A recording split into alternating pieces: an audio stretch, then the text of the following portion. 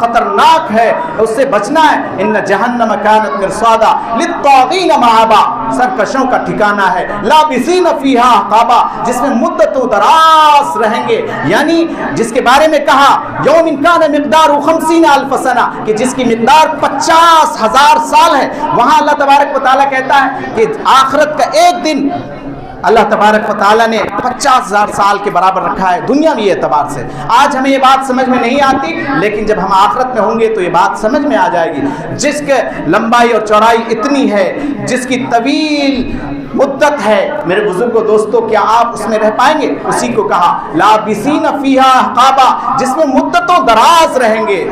जब ये हाल है तो मेरे बुजुर्गों दोस्तों, इसी दुनिया में हमें अपने आखिरत की तैयारी करनी होगी।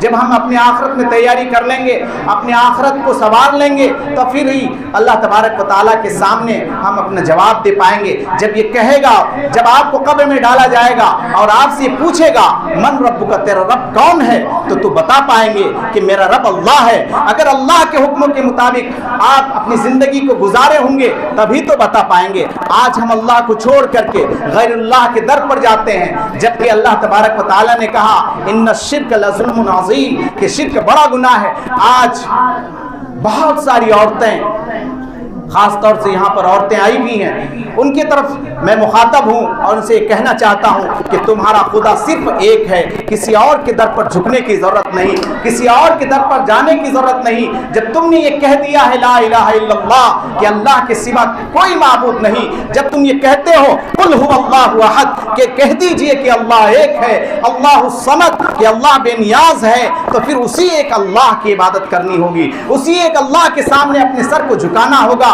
आज मज़ारों में औरतों की क्यों भीड़ होती है? इसका क्या मतलब है? कि उसने खुदा को खुदा नहीं माना। मेरे बुजुर्गों दोस्तों, अल्लाह तो कहता है कि मैं शहर रग से ज़्यादा करीब हूँ, फिर दूसरे दर पे जाने की ज़रूरत नहीं है। इसीलिए आज भी कुरान करीम ही के जरिए से इंसान राहयाब हो सकता है। एक शायर कहता है कि ज़माना आज भी कुरान ही से फैज़ पाएगा, ज़माना आज भी कुरान ही से फैज़ पाएगा, छटेगी ज़ुल्मते शब और सूरज जगमगाएगा।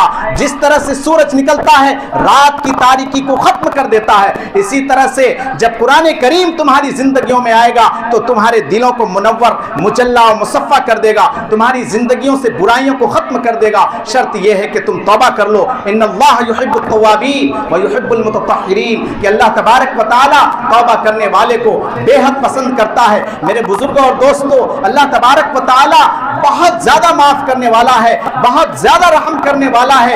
यही वजह है कि आज हम और आप पर कोई अजाब नाजिल नहीं होता। पहले के कौमों ने गुनाह किए तो अल्लाह तबारक व तआला ने फ़ौरन ही उसे सज़ा दी है, लेकिन अल्लाह के नबी पाक सल्लल्लाहु अलैहि वसल्लम की दुआओं की बरकत से आज हम और आप महफूज हैं। आज अगर अल्लाह तबारक व तआला हर एक शख्स की पकड़ करने लगे तो कोई भी शख्स बच नहीं पाएगा, जबकि हमें मालूम है अल्लाह तबारक व तआला कहता भी है इन्न बत्श रब्बिका लशदीद, कि तेरे रब की पकड़ बड़ी सख्त है। यही वजह है कि कल क़यामत के दिन बहुत लोगों के साथ बड़ी सख्ती का मामला किया जाएगा। इन्न बत्श रब्बिका लशदीद। इसी तरह अल्लाह ताला दूसरी जगह कहता है फयुअज़्ज़िबुल्लाहुल अज़ाबल अकबर, फिर आगे अल्लाह कहता है इन्ना इलैना इयाबहुम सुम्मा इन्ना अलैना हिसाबहुम, ये जान लो कि हमारे ही जिम्मे हिसाब लेना है, यानी कोई शख्स बच नहीं पाएगा।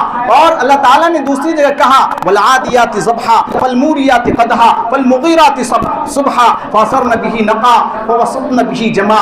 ये घोड़ों की सिफतों को बयान करने के बाद अल्लाह ने कसमें खाई हैं। फिर उसके बाद कहा इन्नल इंसान लिरब्बिही लकनून, कि बेशक इंसान अपने रब का बड़ा नाशुक्रा है। व इन्नहु अला ज़ालिका लशहीद, और ये जानता भी है और उसको इस बात की खबर भी है कि अल्लाह तबारक व तआला की वो कितनी नाफरमानी करता है, कितने नमाजों को छोड़ता है। दिन और रात हर तरफ से आज़ानों की आवाज़ें आती हैं, हर तरफ से कहा जाता है हय्या अलस सलाह, आओ नमाज की तरफ, हय्या अलल फलाह, आओ कामयाबी की तरफ। लेकिन ये बाजारों में, होटलों में और टीवी में, मोबाइल के देखने में लगा रहता है। क्या ये अल्लाह तबारक व तआला के हुक्मों को अपने पैरों तले रोंद नहीं रहा? ये कैसा मुसलमान है? जब इनसे कहा जाता है आओ नमाज की तरफ, आओ कामयाबी की तरफ, तो ये क्यों नहीं आता? यही वजह है कि अल्लाह ताला ने दूसरी जगह कहा इक़्तरबा लिन्नास हिसाबहुम व हुम फी गफलतिन मुअरिज़ून, कि हिसाब का वक्त करीब आ चुका है और ये गफलत में पड़े हुए हैं। میرے بزرگوں دوستوں، اب بھی تو غفلت کا پردہ چاک کیجئے اور سنبھلیے اپنے آپ کو،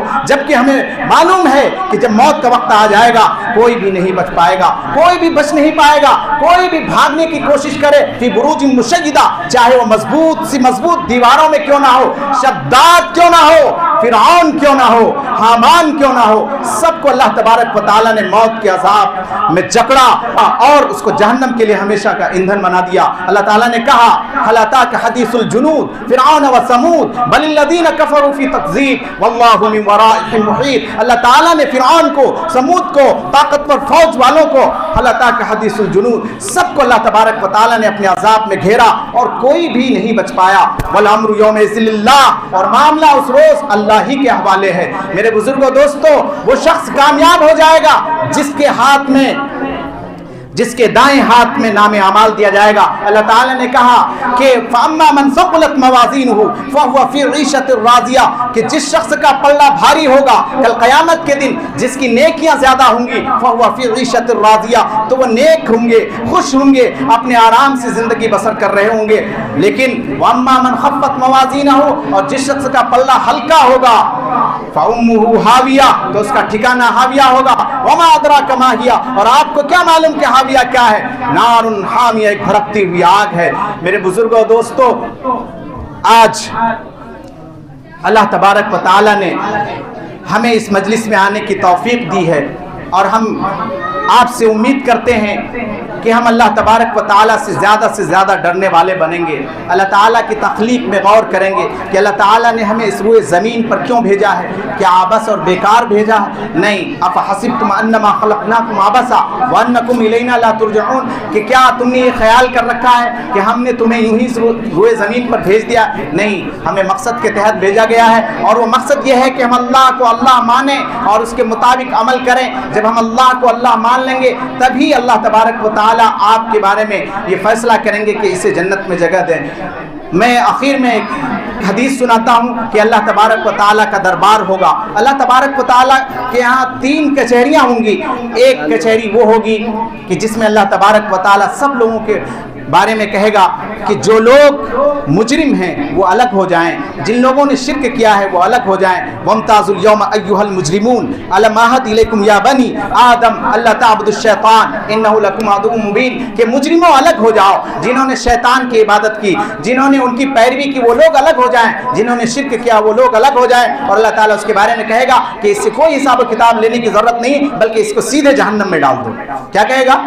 ان مجرموں کو سیدھے جہنم میں ڈال دو۔ دوسرے لوگ ہوں گے جو ایمان والے ہوں گے، لیکن اس میں 2 طرح کے لوگ ہوں گے، کچھ نیکیاں بھی ہوں گی، کچھ برائیاں بھی ہوں گی۔ تو اللہ تبارک و تعالیٰ اس کے بارے میں کہیں گے کہ اس کا میزان کرو، ان کے اعمال کو تولو، تو جس شخص کا پلہ بھاری ہوگا تو وہ چلا جائے گا جنت میں، اور جس شخص کا پلہ ہلکا ہوگا، گناہ زیادہ ہوں گے، تو اس شخص کو جہنم میں بھیج دے گا۔ تیسرے وہ لوگ ہوں گے جس کے بارے میں اللہ تعالیٰ یہ کہے گا چاہے تو اسے عذاب دے دیں، چاہے تو اسے معاف کر دیں۔ انہی میں سے ہم لوگوں کو بھی اللہ تعالیٰ رکھ لے کہ ہماری مغفرت کا فیصلہ فرما دے۔ اور یہ حافظ قرآن جو بنیں گے، اللہ تبارک و تعالیٰ ایسے لوگوں سے کہیں گے کہ ان گنہگاروں کے بارے میں سفارش کیجئے، آپ کی سفارش ہم قبول کریں گے۔ چنانچہ اللہ تبارک و تعالیٰ ایسے لوگوں کو اپنے فضل سے، اپنی رحمت سے جنت میں جگہ دیں گے۔ میرے بزرگوں دوستو، اپنے بچوں کو حافظ قرآن بنائیے، یہ وہ دولت ہے جو آپ کی دنیا کو بھی سنوارے گی اور آخرت کو بھی سنوارے گی۔ اور جو شخص اس علم کو کم تر سمجھتا ہے وہ شخص کبھی کامیاب نہیں ہو سکتا۔ یہ دولت سب سے بڑی دولت ہے،